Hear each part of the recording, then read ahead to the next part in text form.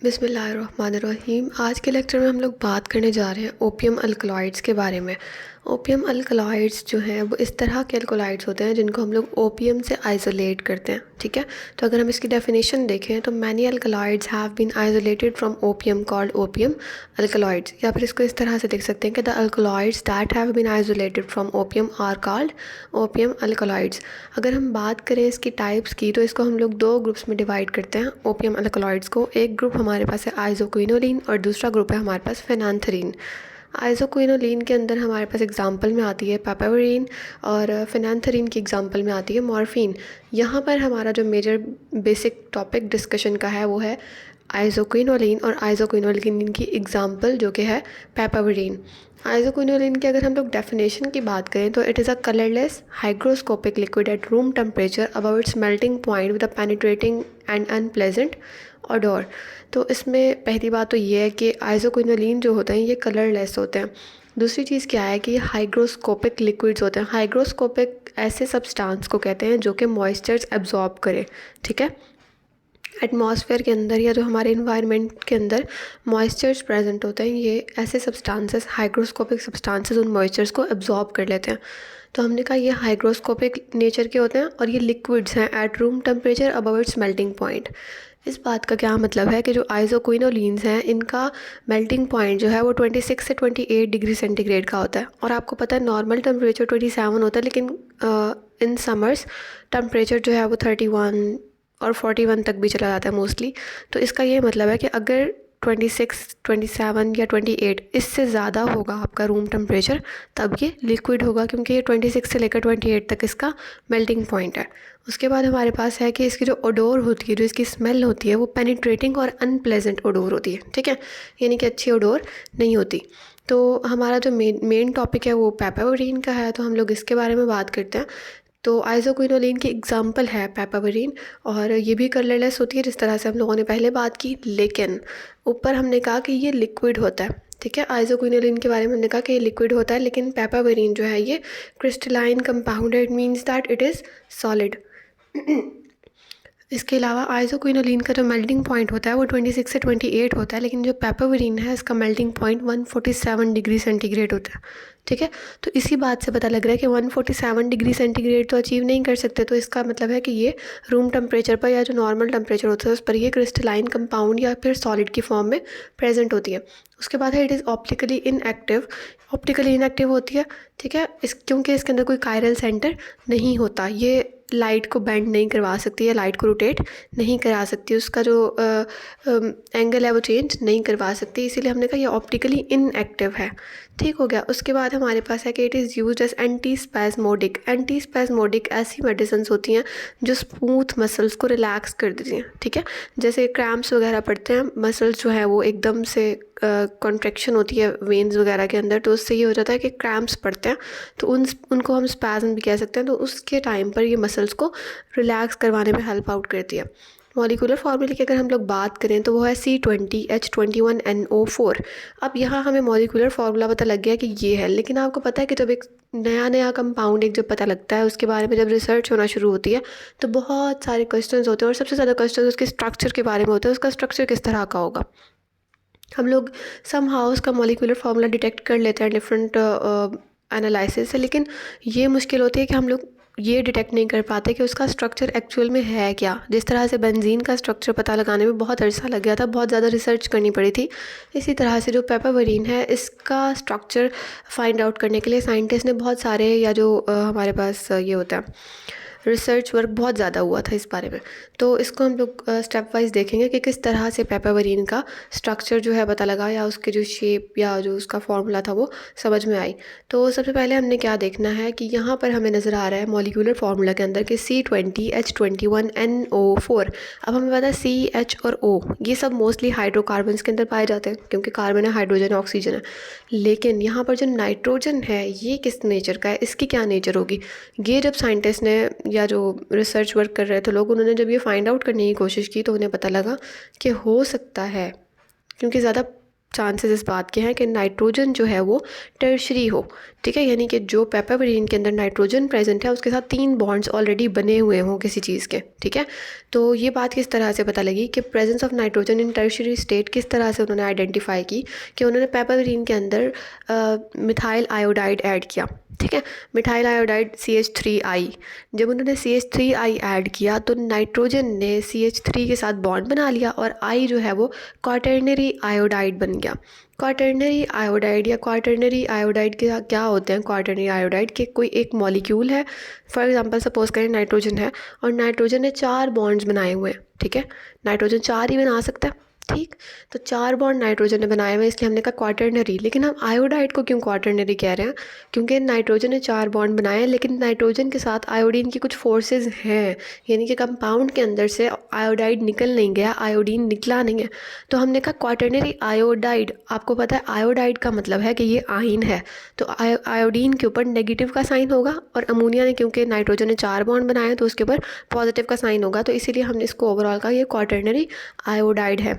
इसमें अब हमें समझ आई कि जब नाइट्रोजन, जाहिर है अगर नाइट्रोजन ने मिथाइल के साथ बॉन्ड बनाया है तो उसके इसका मतलब है 3 बॉन्ड पहले से बने हुए थे तभी तो चौथा बना और वो क्वाटर्नरी बन गया, यानी कि वो जिस तरह से हम अमोनियम कहते हैं कि पॉजिटिव का साइन आ गया उस पर, तो इस तरह से इसमें पॉजिटिव का साइन आ जाता है। जिस तरह से आप लोग नीचे देख रहे हैं कि नाइट्रोजन के 3 बॉन्ड बने हुए थे, ये हमने ना एक मतलब जैसे कहते हैं ना स्कीमेटिक डायग्राम बनती है उस तरह से हम लोगों ने एक सपोज किया है स्ट्रक्चर के नाइट्रोजन के 3 बॉन्ड्स बने हुए हैं। हमें नहीं पता पीछे बॉन्ड किससे है, बेंजीन रिंग्स हो सकते हैं या कोई और मिथाइल्स वगैरह हो सकते हैं, क्या चीज़ें हमें नहीं पता, बस हमने अभी नाइट्रोजन के बारे में देखना है। यहाँ पर हमने देखा नाइट्रोजन के साथ 3 बॉन्ड्स किसी चीज़ के बने हुए हैं और नाइट्रोजन के पास जो लॉन पेयर है उसके साथ उसने मिथाइल आयोडाइड के साथ रिएक्ट किया और जो कंपाउंड था उसमें से आयोडीन रिलीज नहीं हुई बल्कि आयोडाइड की फॉर्म में वो प्रेजेंट है। जैसे आप लोग प्रोडक्ट में देख रहे हैं कि नाइट्रोजन पर पॉजिटिव का साइन है और आयोडाइड के ऊपर नेगेटिव का साइन है, लेकिन ये पूरा एज अ होल कंपाउंड है, तो ये क्या बन गया? Quaternary iodide.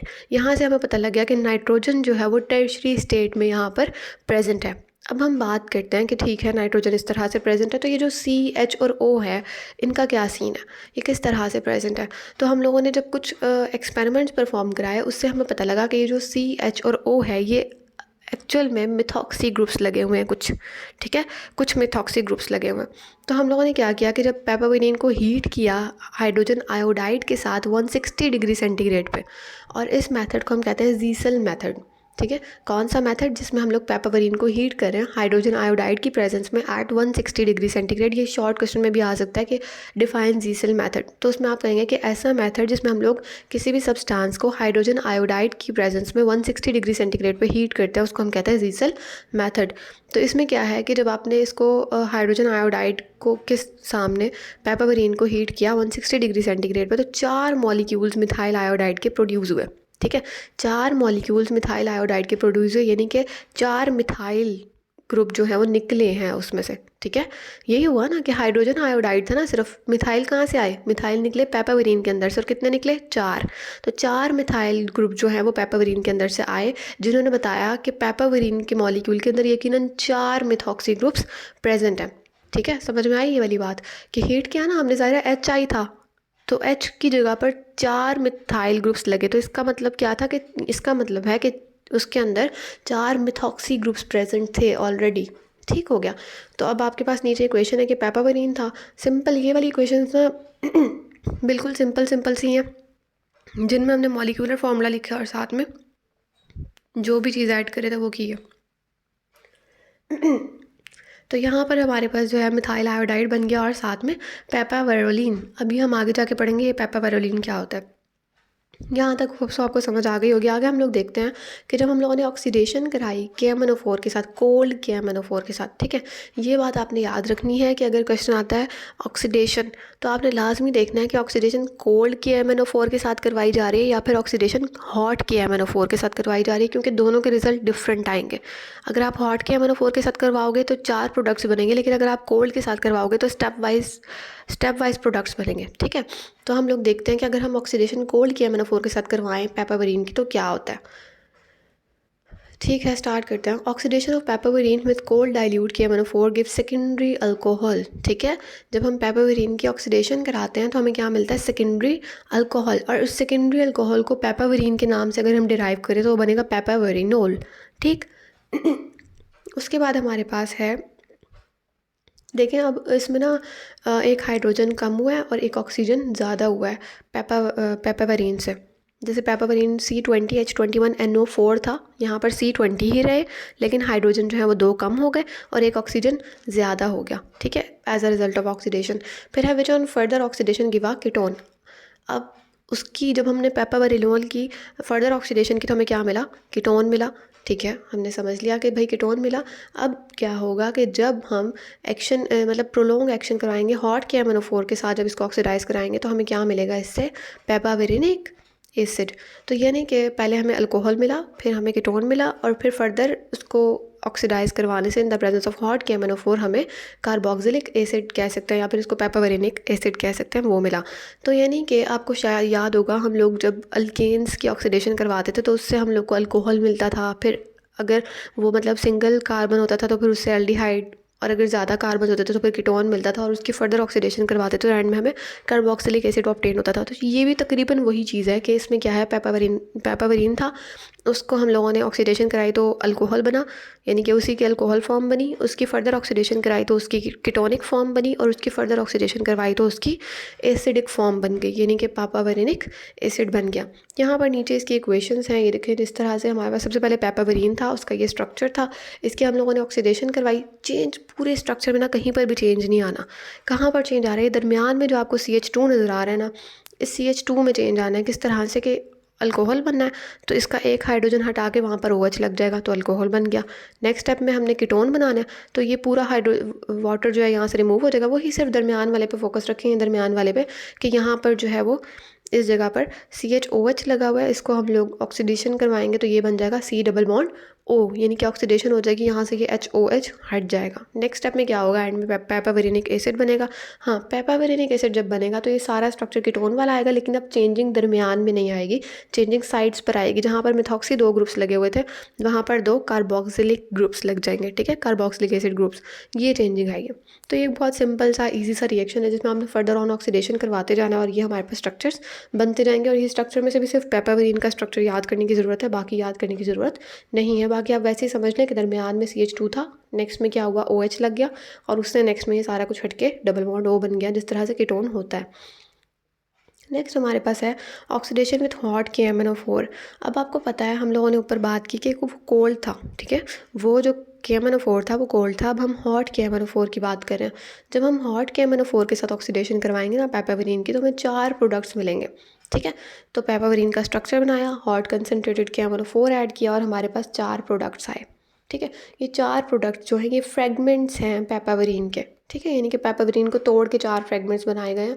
तो इसमें से पहला वाला अगर आप लोग देखें तो उसमें 2 मिथॉक्सी ग्रुप्स हैं, ठीक है, और एक कार्बोक्सिलिक एसिड है, एक कार्बोक्सिलिक एसिड ग्रुप है। तो ये याद किस तरह से करना है कि एक में मिथॉक्सी तो सब में 2-2 ही हैं, सिर्फ एक वाला है जिसमें मिथॉक्सी नहीं है, बाकी सब में मिथॉक्सी हैं।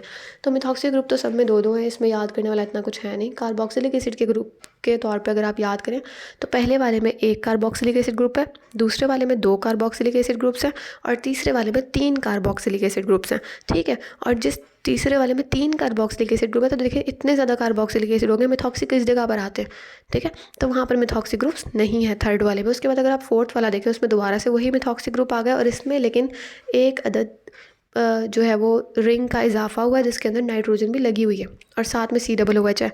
तो इसको आप ये सोच लें कि जिस तरह से ऊपर भी तो नाइट्रोजन थी ना एक रिंग के अंदर, सेम उसी तरह से ऊपर वाले 2 रिंग्स उठ के आ गए और नीचे जहाँ पर CH2 लगा था उसकी जगह पर COOH लग गया है। समझ में आई है मैंने क्या बताया, कि पेपावरीन का जो ऊपर ऊपर वाले 2 रिंग्स हैं ना जो इकट्ठे लगे हुए, वो समझें कि बस वहाँ पर नीचे CH2 था उसकी जगह पर COOH आ गया, बाकी सारा का सारा वैसे ही है, ठीक। तो होप्स आपको ये 4 स्ट्रक्चर समझ आए होंगे, नहीं भी आए होंगे और याद नहीं भी हुए होंगे तो ये आगे हो जाएंगे, क्योंकि हम लोग एक एक करके इन्हीं स्ट्रक्चर्स को डिस्कस करने वाले हैं कि सब स्ट्रक्चर्स मिलकर किस तरह से पेपावरीन बनाते हैं। तो पहला हमारे पास है विरेट्रिक एसिड। विरेट्रिक एसिड वो वाला एसिड है जिसके अंदर 2 मिथॉक्सी ग्रुप्स थे और एक कार्बोक्सिलिक एसिड ग्रुप था। अब हमने क्या कहा, हमने कहा कि जब हम लोग विरेट्रिक एसिड की अच्छा, इन सबको ना आइडेंटिफाई करने के लिए कि मतलब क्या बनता है, अगर इनको ऑक्सीडाइज कराएं तो क्या होगा, अगर डी कार्बोक्सिलेट करवाएं तो क्या होगा। तो डी कार्बोक्सिलेट में ये होगा कि आप कार्बन डाइऑक्साइड रिलीज़ करवा देंगे, ठीक है, कार्बन डाइऑक्साइड रिमूव करवाएंगे। और ऑक्सीडेशन में ये होगा कि आप ऑक्सीडेशन करवा के देखेंगे। तो इन चारों में जो हम इन चारों को बारी बारी पढ़ेंगे ना, इन सब में यही है कि जब हमने इसकी डी कार्बोक्सिलेशन करवाई तो उससे ये हमारे पास प्रोडक्ट आया, और जब हमने इनकी ऑक्सीडेशन करवाई तो उससे ये प्रोडक्ट आया। तो हम लोग बारी बारी देखते हैं। पहला हमारे पास है विरेट्रिक एसिड। इसमें जब हमने इसकी डी कार्बोक्सिलेशन करवाई तो डाईमिथॉक्सी बेंजीन बना, ठीक है, डाईमिथॉक्सी बेंजीन, या फिर जिसको हमने कहा वेराट्रॉल। अब आप लोग देखें इसका स्ट्रक्चर जो है ये ऑरेंज कलर में बना हुआ है साइड पर, कि 2 मिथॉक्सी के ग्रुप्स लगे हुए हैं। अब आप ज़रा माइंड में लाएं कि जो विरेट्रिक एसिड था वो था क्या। उसके ऊपर 2 मिथॉक्सी ग्रुप थे और एक COOH था, ठीक है। जब आपने डी कार्बोक्सिलेशन करवाई तो जो COOH था वो वहाँ से रिमूव हो गया। किस तरह से कि COO वहाँ से रिमूव हो गया कार्बन डाइऑक्साइड की फॉर्म में, और H था जो वो रिंग के अंदर चला गया। समझ में आई। तो इस तरह से वो जो कार्बोक्सिलिक एसिड वाला ग्रुप था वो ख़त्म हो गया। तो पीछे बचेगा क्या, सिर्फ 2 मिथॉक्सी ग्रुप्स। वो इस तरह से आ गए रिंग के साथ 2 मिथॉक्सी ग्रुप, ठीक है। तो ये हमें ऑब्टेन हुआ। It means that veratric acid is dimethoxy benzoic acid. तो यहाँ से उन्हें पता चला कि इसका मतलब है जो विरेट्रिक एसिड हमें मिला है वो डाईमिथॉक्सी बेंजोइक एसिड है, यानी कि बेंजीन के ऊपर COOH लगा हुआ है लेकिन 2 मिथॉक्सी ग्रुप्स भी प्रेजेंट हैं, ठीक है। मेरे ख्याल में ये मैंने जितना एक्सप्लेन कर दिया समझ आ गई होगी। उसके बाद हम लोग बात करते हैं कि ठीक है, हमें पता लग गया 2 मिथॉक्सी ग्रुप्स थे और एक कार्बोक्सिलिक एसिड ग्रुप था, लेकिन पता कैसे चलेगा कि ये कौन सी वाली पोजीशन पर लगे हुए हैं, जो मिथॉक्सी ग्रुप्स है और जो कार्बोनाइल ग्रुप है वो किधर लगा हुआ है। तो इसका तरीका ये था कि हम लोगों ने सिंथेसिस करवाई। हमने एक बेंजोइक एसिड लिया, ठीक है, जिसके नीचे जो है OH भी लगा हुआ है, यानी एक साइड से वो अल्कोहल और एक साइड से वो एसिड है। इसके अंदर हम लोगों ने डाला H2SO4। अब आपको पता है कि जब हम लोग H2SO4 ऐड करते हैं ना, तो ये पूरा एज इट इज़ ऐड नहीं होता, जाके यहाँ से OH हट जाएगा और एक H निकलेगा बेंजीन रिंग के अंदर से, जहाँ पर जाके SO3H अटैच होगा। तो इन शॉर्ट यहाँ से वाटर जो है वो रिलीज़ होगा और SO3H जो है वो जाकर अटैच हो जाएगा। नेक्स्ट स्टेप में हमने क्या किया, हमने KOH ऐड किया, ठीक है। KOH एक बेस है, इसको हम लोगों ने ऐड किया और इसका मकसद क्या था कि ये जाकर SO3H को यहाँ से हटाए, ठीक, और यहाँ पर OH अटैच हो जाएगा। तो नेक्स्ट स्टेप में क्या हुआ, जब KOH ने वहाँ पर ऐड हुआ, KOH ऐड हुआ तो SO3 जो है वो हट गया, SO3H हट गया और यहाँ से जो है OH जो है वो यहाँ पर अटैच हो गया। नेक्स्ट स्टेप में अब ये स्टेप वो वाला आया जो मैंने आपको कहा था ना, मिथाइल आयोडाइड वाला। थोड़ा सा सिमिलर स्टेप ही है कि हमने यहाँ पर मिथाइल आयोडाइड ऐड किया और साथ in the presence of NaOH। तो यहाँ से जो 2 HH थे, यानी कि 2 हाइड्रोजन्स थे, ये यहाँ से रिमूव हो गए और यहाँ पर मिथॉक्सी ग्रुप्स यानी मिथाइल ग्रुप लग गए। और मिथाइल की लगने की वजह से ऑक्सीजन के साथ हमने इसको कहा कि ये मिथॉक्सी है। तो हमने यहाँ से क्या किया है, इन शॉर्ट हमने यहाँ से इनकी पोजीशंस डिटरमाइन की हैं कि इनकी एक्चुअल में पोजीशंस थी क्या, ठीक है। दोबारा से मैं इसको रिपीट कर देती हूँ। H2SO4 डाला हम लोगों ने, H2SO4 की वजह से SO3H जो है वो लग गया और वाटर यहाँ से रिमूव हो गया। नेक्स्ट हम लोगों ने बेस ऐड की, बेस ऐड करने की वजह से क्या हुआ कि हाइड्रोक्सिल ग्रुप लग गया वहाँ पर, ठीक है। नेक्स्ट हम लोगों ने मिथाइल आयोडाइड ऐड किया। मिथाइल आयोडाइड ऐड करने का मतलब क्या था कि यहाँ से हम लोग मिथाइल लगा दें और ये 2 मिथॉक्सी ग्रुप्स बन जाएँ। तो ये इस तरह से हमारे पास 2 मिथॉक्सी ग्रुप आ गए जो कि हमें बता रहे हैं कि विरेट्रिक एसिड का स्ट्रक्चर क्या था। तो होप्स आपको ये वाली समझ आई हो। नेक्स्ट हम लोग देखते हैं, जो नेक्स्ट वाला ग्रुप था हमारे पास वो था मेटाहेमीपेनिक एसिड। मेटाहेमीपेनिक एसिड क्या होता है, ऐसा एसिड जिसके अंदर 2 कार्बोक्सिलिक एसिड ग्रुप हों और 2 ही मिथॉक्सी ग्रुप हों, ठीक है। तो this is a dicarboxylic acid when it is decarboxylated by heating with CaO veratrole is formed. अब आपको पता है कि जिस तरह ये बिल्कुल सेम उस तरह से हुआ जिस तरह से ऊपर वाला हुआ था, कि जब हम लोगों ने इसको डीकार्बोक्सिलेट करवाया तो पिछली बार एक कार्बोक्सिलिक एसिड निकला था, इस यानी एक कार्बन डाइऑक्साइड निकला था, इस बार 2 मॉलिक्यूल्स निकल जाएंगे, लेकिन बनेगा तो विराट्रोल ही ना, यानी वही बनेगा, अल्कोहल ही बने, मतलब विराट्रोल ही बनेगा, मिथॉक्सी 2 साइड से लगे होंगे और इस तरह से। Thus it contain 2 methoxy group in ortho position. तो यहाँ से पता लग गया कि इसके पास जो 2 मिथॉक्सी ग्रुप्स थे वो ऑर्थो पोजीशन पर थे with respect to each other. अब क्या हुआ, हम लोगों ने कहा कि चलो ठीक है, यहाँ तक समझ में आ गई कि इसके पास 2 कार्बोक्सिलिक एसिड थे, 2 मिथॉक्सी ग्रुप्स थे। अब हम लोगों ने क्या किया, हम लोगों ने इसको हीट किया। हीट क्यों किया हमने, ताकि हम लोग आइडेंटिफाई कर सके कि जो कार्बोक्सिलिक एसिड ग्रुप्स लगे हुए हैं उनकी पोजीशन क्या है, ठीक है। क्योंकि हमें पता लग गया कि मिथॉक्सी ग्रुप तो ऑर्थो पोजीशन पर हैं एक दूसरे के, यानी साथ साथ ही लगे हुए हैं, लेकिन कार्बोक्सिलिक एसिड्स की क्या पोजीशन है, वो कहाँ पर लगे हुए हैं। इस चीज़ को जानने के लिए हम लोगों ने इसको हीट किया with acetic anhydride. Acetic anhydride क्या होता है कि 2 एसिटिक एसिड्स के अंदर से हम लोग वाटर रिमूव करा दें तो वो एक ही ऑक्सीजन के साथ अटैच हो जाता है। जैसे आप लोग को ये नीचे नज़र आ रहा होगा इक्वेशन में एरो के ऊपर लिखा हुआ है पर्पल कलर से, ठीक है। ये हमारे पास है एसिटिक एनहाइड्राइड। जब हम लोगों ने इसको हीट करवाया एसिटिक एनहाइड्राइड के अंदर, तो इससे दो प्रोडक्ट्स हमें मिले। ठीक है, दो प्रोडक्ट्स हमें मिले, और वो दो प्रोडक्ट्स क्या थे कि एक में हमने दिखाया कि सी डबल ओ एच जो है वो बिल्कुल मिथॉक्सी के साथ लगे हुए हैं, यानी मिथॉक्सी के साथ वाले पे कार्बोनाइल ग्रुप है और उसके साथ वाले पे भी कार्बोनाइल ग्रुप है, और दूसरे वाले में हमने मतलब जो दूसरा वाला था उसके अंदर हम लोगों ने दिखाया कि ये गैप के साथ लगे हुए हैं। ऊपर से भी एक मिथॉक्सी के बाद एक कार्बन का गैप है और नीचे से भी मिथॉक्सी के बाद एक कार्बन का गैप है। तो ये दो हमारे पास प्रोडक्ट्स आए, एक को हमने नाम दिया 2 का और एक को हमने नाम दिया 1 का। अब अगर आप 2 को देखें तो ये जब जाहिर है आपको पता ना कि ये लोग जो है वो ग्लेशियल एसिटिक एसिड के बारे में भी आपने पढ़ा होगा, या फिर जो एसिटिक एसिड है ये आपस में एनहाइड्राइड बना देते हैं या फिर ये आपस में बॉन्डिंग करते हैं। कार्बोक्सिलिक एसिड्स भी आपस में बॉन्डिंग करते हैं, ठीक है, इनके दरम्यान में हाइड्रोजन बॉन्डिंग होती है। तो यहाँ पर भी दो कार्बोक्सिलिक एसिड ग्रुप्स थे, तो इनके दरम्यान कोई ना कोई इंटरेक्शंस तो होनी थी। अगर हम लोग यहाँ से वाटर रिमूव करें और एनहाइड्राइड इनका भी बनवा दें, तो एनहाइड्राइड देखें इस वाले का और दूसरे वाले का, दोनों के एनहाइड्राइड को अगर आप देखें तो यहाँ से क्या पता लगा कि इट परमिट्स, परमिट्स का मतलब होता है अलाउ। हम 1 वाले की बात करें, यानी कि जो राइट साइड पर बना हुआ है हम उसकी बात कर रहे हैं कि it permits the formation of only 1 mono ester, कि इसने सिर्फ एक मोनो एस्टर बनाने की परमिशन दी, जबकि जो सेकंड वाला है वो दो तरह के मोनो एस्टर बनाने की परमिशन दे रहा है, यानी उसकी तरफ से दो तरह के मोनो एस्टर्स बन सकते हैं। ठीक है, तो दो मोनो एस्टर्स बन सकते हैं। अब हमने कहा कि जैसे कि हमें पता है कि जो मेटा हेमीपेनिक एसिड होता है वो सिर्फ और सिर्फ एक मोनो एस्टर बनाता है। ठीक है, तो दो प्रोडक्ट्स के अंदर जो ऊपर दो प्रोडक्ट्स बने हैं उनमें से 1 वाला जो है वो मेटा हेमीपेनिक एसिड है। समझ में आई मेरी बात, कि जो फर्स्ट वाला है यानी कि जो जिस पे नंबर 1 लिखा हुआ है वो वाला जो वो एक प्रोडक्ट दे रहा है, एक एस्टर बना रहा है, मोनो एस्टर, लेकिन जो 2 वाला है वो दो मोनो एस्टर्स बना सकता है। तो हम लोगों ने कहा कि हमें पता है कि मेटा हेमीपेनिक एसिड जो होता है वो सिर्फ एक एस्टर बनाता है, इसका मतलब है 1 वाला जो है वो मेटा हेमीपेनिक एसिड है। ये चीज़ तो हमें पहले भी बता थी, क्योंकि हमने यहाँ पर इस जगह पर जब स्ट्रक्चर्स बनाए थे, ये देखें इसमें से मेटा हेमीपेनिक एसिड का स्ट्रक्चर देखें, मिथॉक्सी ग्रुप जो है वो दो दूसरी साइड्स पर हैं और जो कार्बोक्सिलिक एसिड ग्रुप्स हैं वो दो दूसरी साइड पर हैं। तो इस तरह से हम लोगों ने यहाँ से मेटा हेमीपेनिक एसिड का स्ट्रक्चर कन्फर्म किया कि ये किस तरह से बना। अब हम आते हैं अपने अगले स्ट्रक्चर की तरफ, जो है पायराइडीन 2,3,4 ट्राई कार्बोक्सिलिक एसिड। अब इसके नाम से ही पता लग रहा है कि पायराडीन मतलब एक बेंजीन का रिंग है, ठीक है, और उसमें क्या है हमारे पास नाइट्रोजन प्रेजेंट है। उसमें हमने साथ क्या कहा कि 2,3,4 ट्राई कार्बोक्सिलिक एसिड के, यानी 2, 3 और 4 पे 3 कार्बोक्सिलिक एसिड ग्रुप्स प्रेजेंट हैं। ठीक है, तो यहाँ पर अब हमें नाम से ही पता लग गया कि 3 कार्बोक्सिलिक एसिड है। अब हमने यहाँ किया, जब हम लोगों ने यहाँ पर डी कार्बोक्सिलेशन करवाई, ठीक है, जब हमने यहाँ पर डी कार्बोक्सिलेशन करवाई तो हमें पायराइडीन मिला। ठीक है, ऊपर हमें क्या मिल रहा था, पेपावेरिनोल, क्योंकि वहाँ पर नाइट्रोजन प्रेजेंट नहीं था।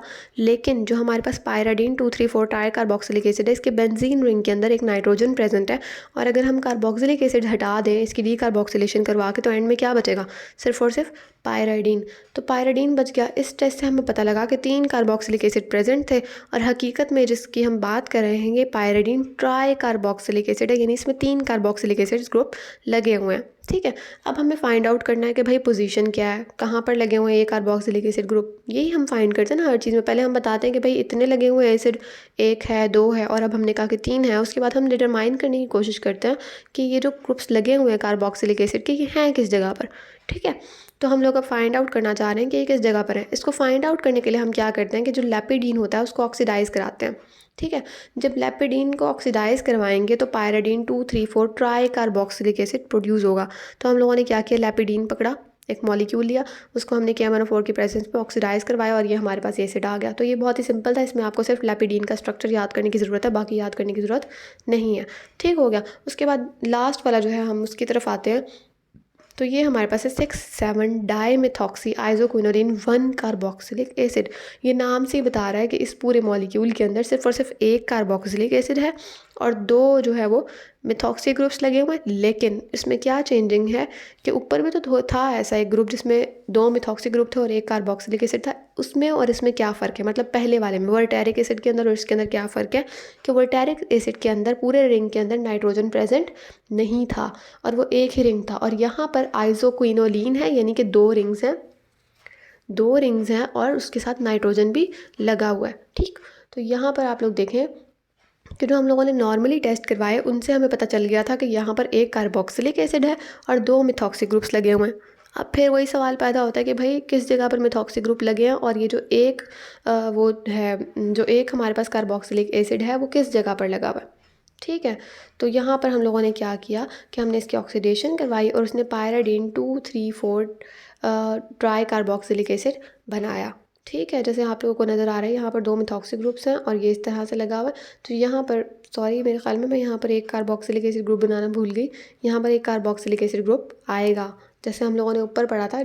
एक सेकेंड में आपको दिखाती हूँ वो स्ट्रक्चर। ये लास्ट वाला स्ट्रक्चर आप देखें, एन जहाँ पर लगा हुआ है नाइट्रोजन, उसके साथ कार्बोक्सिलिक एसिड ग्रुप है। तो यहाँ पर भी एन जहाँ पर लगा हुआ है वहाँ पर कार्बोक्सिलिक एसिड ग्रुप आना चाहिए था। Sorry, that was my mistake.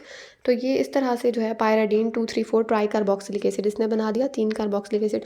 फिर हमने क्या कहा कि जब हमने इसको डी कार्बोक्सिलेट करवाया तो di methyl isoquinoline is formed. समझ में आई? तो ये CaO जो है यहाँ पर, उससे हम लोगों ने डी कार्बोक्सिलेशन करवाई और इसने क्या बनाया हमारे पास, dimethyl isoquinoline which on further oxidation give meta hemipinic acid. अब ये हम लोगों ने जो पहले बात की ना कि उसने ऑक्सीडेशन की, वो KMnO4 से ऑक्सीडेशन हुई थी, जिससे हमारे पास पायराडीन 2,3,4 ट्राई कार्बोक्सिलिक एसिड बना था।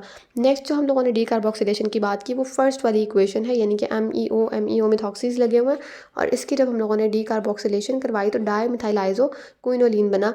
अब ये स्ट्रक्चर सही है, ठीक है। वहाँ पर एक कार्बोक्सिलिक एसिड आना था, CaO के आगे एक कार्बोक्सिलिक एसिड नहीं आएगा। लेकिन फिर क्या होगा, हम उसकी फर्दर ऑक्सीडेशन करवाएंगे और हमें मिलेगा मेटा हेमिपेनिक एसिड। अब आपको याद होगा, अभी हम लोग पढ़ कर आए हैं, मेटा हेमिपेनिक एसिड के अंदर 2 मिथॉक्सी ग्रुप्स लगे होते हैं और 2 ही उसमें कार्बोक्सिलिक एसिड ग्रुप लगे होते हैं। अब हमने इन चारों स्ट्रक्चर्स को अच्छी तरह से डिराइव कर लिया। हमने देख लिया अगर हम उनकी ऑक्सीडेशन करवाएं तो हमें क्या मिलता है, अगर हम उनकी रिडक्शन करवाएं यानी कि उनकी डी कार्बोक्सिलेशन करवाएं तो हमें क्या ऑब्टेन होता है। अब नेक्स्ट लास्ट चीज़ रह गई है एक हमारी, और वो है कि हम लोगों ने डिडक्शन करनी है स्ट्रक्चर ऑफ पेपावरीन की, कि हम लोगों ने डिडक्ट करना है, हमने इस सारी चीज़ को कंक्लूड करना है और बताना है कि इन सब चीज़ों से हमें क्या समझ में आती है कि पेपावरीन जो है उसका स्ट्रक्चर क्या होगा।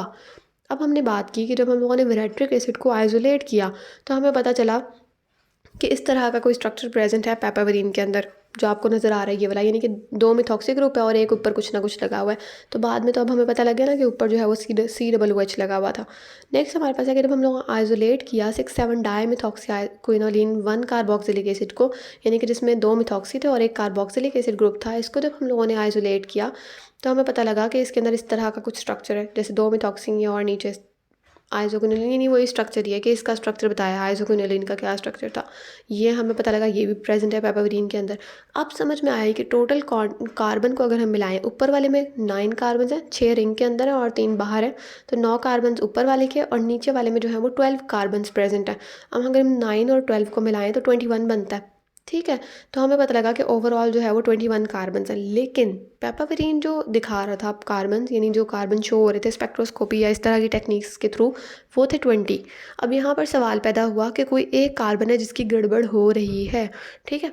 तो फिर उन्होंने कहा कि हो सकता है, उनके दिमाग में एक चीज़ आई कि हो सकता है कि जो हमारे पास कार्बन का जो ग्रुप है ना प्रेजेंट दोनों के अंदर, यानी ऊपर वाले मॉलिक्यूल के अंदर भी CX है और नीचे वाले में CY है। देख रहे ना, मतलब ऊपर मिथॉक्सीज के साथ CH है और नीचे वाले मिथॉक्सी के साथ CY, नीचे वाले जो पायराडीन वाला मॉलिक्यूल है उसके अंदर CY है। तो उन्होंने कहा हो सकता है कि जो CX और CY हैं ये एक्चुअल में 2 कार्बन्स नहीं है, बल्कि ये एक कार्बन है जिन्होंने 2 रिंग्स को जोड़ा हुआ है, ठीक है। तो जब उन्होंने इनको रख कर देखा तो वाकई समझ में आई कि वो लोग सही सोच रहे थे, ये CX और CY अलग-अलग कार्बन्स नहीं है, बल्कि ये C इकट्ठा एक ही कार्बन है। जैसे हम लोग देखते हैं ना एंड में जो स्ट्रक्चर डिराइव किया उसमें CH2 निकला और CH2 ऐसा था जिसने दोनों रिंग्स को जोड़ा हुआ था, सही है। तो ये इस तरह से ये जो आपको नीचे पर्पल कलर में नज़र आ रहा है ये पेपावरीन का स्ट्रक्चर हम लोगों ने डिराइव कर लिया। और उसके बाद इसमें वही चीज़ जो हम लोगों को पीछे ऑक्सीडेशन करवाई थी ना, यानी कि उससे पेपावरीनोल बना था, फिर पेपावरेडीन बना था, फिर लास्ट में जो है वो पेपावरेनिक एसिड बना था, ये वही वाली दोबारा हमने दिखा दी कि हम लोग इसकी फर्दर ऑक्सीडेशन करवाते हैं तो इस तरह से हमारे पास ये रिज़ल्ट आता है। तो ये था हमारे पास पेपावरीन का जितना भी स्ट्रक्चर डिडक्शन थी और जो उसके ऊपर रिसर्च वगैरह हुई और जिस तरह से उसका स्ट्रक्चर डिटरमाइन करने में जो चीज़ें, जो फार्मूलाज या जो इक्वेशंस यूज़ हुई, जो केमिकल रिएक्शंस कर देखे गए, ठीक। तो नेक्स्ट लेक्चर में हम लोग बात करेंगे सिंथेसिस ऑफ पेपावरीन के बारे में। होप्स आपको ये समझ आई होगी। Thank you.